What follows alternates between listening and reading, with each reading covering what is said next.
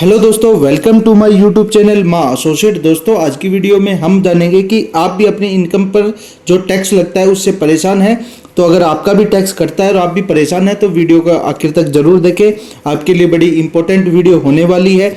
छोटी सी जानकारी है लेकिन बहुत इंपॉर्टेंट है। जिसका टैक्स कटता है उनकी इनकम पर, अगर मेरी इनकम कम है तो मुझे सरकार ने कुछ नहीं दिया, अगर मेरी इनकम थोड़ी सी ज़्यादा हो गई तो क्या सरकार मेरे से टैक्स लेती है, और लेती है तो कितना लेती है, तो वो इसके बारे में हमने वीडियो बनाई है। उससे आप परेशान हैं तो इसका सॉल्यूशन हम इस वीडियो में आपको बताएंगे। आप वीडियो के आखिर तक बने रहिए।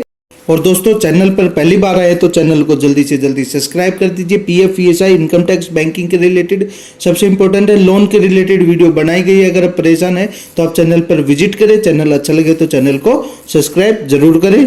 तो दोस्तों, सबसे पहले आइए जानते हैं कि कौन सी इनकम है जिस पर नहीं लगता एक भी रुपया टैक्स। यानी आपकी जो इनकम है वो कौन सी इनकम होती है जिस पे एक भी रुपया आपको टैक्स की जो है पेमेंट नहीं करना है। और अगर आप वो इनकम करते हो तो आपको एक भी रुपया उसके ऊपर टैक्स पे नहीं करना है। या आपकी जो इनकम के साथ वो भी इनकम है तो उस इनकम को छोड़ के ही आपको इनकम टैक्स की पेमेंट करनी है। आप टोटल इनकम की टैक्स पेमेंट नहीं करें, वो इनकम जो है जो कि बिल्कुल टैक्स फ्री है।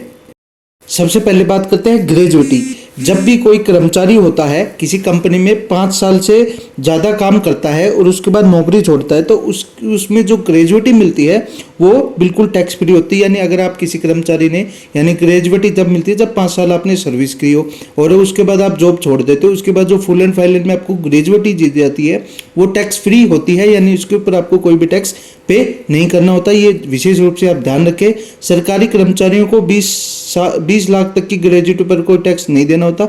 अगर कोई सरकारी एम्प्लॉइज है और उसको जो ग्रेजुएटी मिल रही है उसको 20 लाख रुपए तक की कोई भी टैक्स नहीं दिया जाता। ऐसे ही अगर प्राइवेट कर्मचारी है तो उसके ऊपर जो रेट है वो 10 लाख रुपए तक का। यानी प्राइवेट कर्मचारी को अगर 10 लाख रुपए तक की ग्रेजुएटी दी जा रही है तो वो बिल्कुल टैक्स फ्री है। उसको आप टैक्स की कैलकुलेशन में ना जोड़े, ये विशेष रूप से ध्यान रखें। दोस्तों, आपकी कोई सैलरी के साथ इनकम हो रही है और आपका सीए या आप भी कोई अपनी आईटीआर जो है फाइल कर रहे हो तो आपको जो सैलरी वगैरह है वो तो ऐड करने हैं, वो सारी चीज़ें करनी है। अदर कोई इनकम है वो भी, लेकिन आपको अगर ग्रेजुएटी मिली है तो उसके ऊपर आपको इनकम टैक्स की पेमेंट नहीं करनी है अगर वो 10 लाख से कम है। अगर 10 लाख से ज़्यादा है तो आपको पेमेंट करनी होगी, लेकिन 10 लाख बड़ी मुश्किल से होते हैं, यानी 10 लाख से कम ही होती है तो आपको जो ग्रेजुएटी के ऊपर टैक्स पे नहीं करना होता है।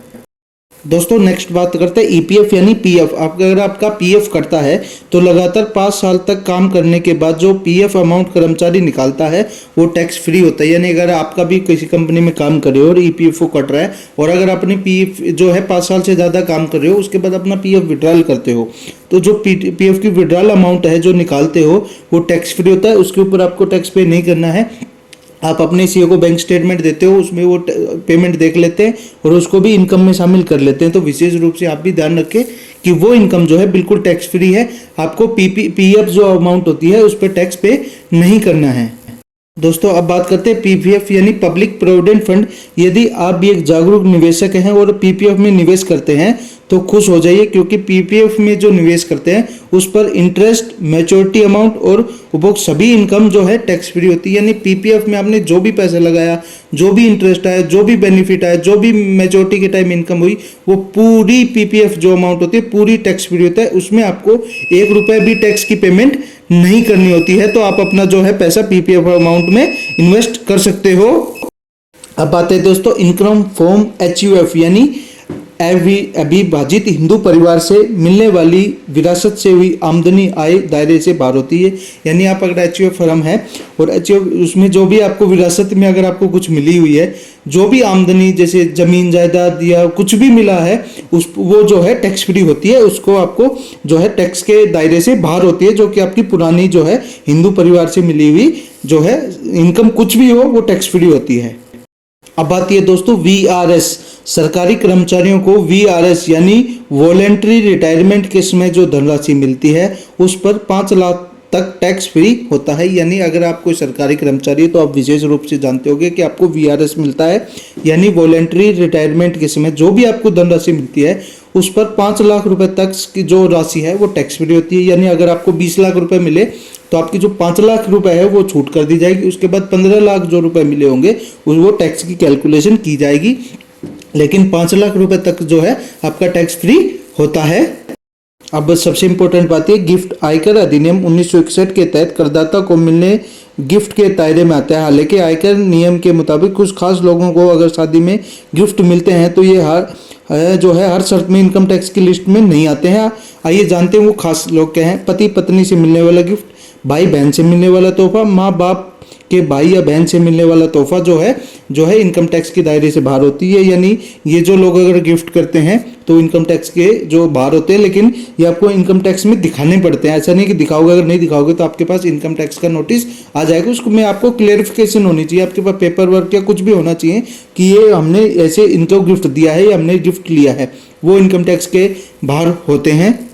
नेक्स्ट आता है विरासत या वसीयत में मिली प्रॉपर्टी। अगर आपकी पुरानी प्रॉपर्टी आपके नाम है तो आपको वो उसका प्रूफ होना चाहिए, आप जो है टैक्स के दायरे से बाहर होते हैं। अगर आप उसको सेल भी करते हो तो भी कोई प्रॉब्लम नहीं है, लेकिन आपको बताना पड़ता है, नोटिस आता है तो भी, नहीं आए तो भी, कि ये हमारी ऐसे ऐसे गिफ्ट में, जैसे आपके दादा परदादा आपके पापा से मिली हुई कोई जमीन है उसको बेच रहे हो तो वो टैक्स से बाहर होती है।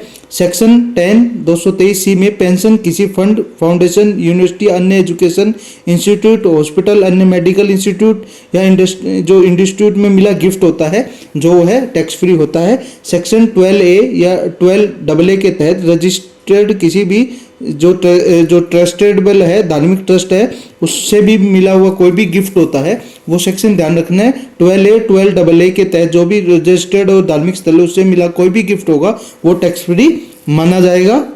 तो दोस्तों और साथियों, यही थी हमारी आज की छोटी सी जानकारी। आपको ये जानकारी कैसी लगी हमें कमेंट बॉक्स में जरूर बताएं। PF ESI बैंकिंग के रिलेटेड वीडियो एक बार चैनल पर विजिट करें। चैनल अच्छा लगे तो चैनल को सब्सक्राइब जरूर करें। अगर आपकी कोई भी क्वेरी है तो हमें कमेंट करें, तुरंत उसका रिप्लाई किया जाएगा। जय हिंद, जय भारत, धन्यवाद।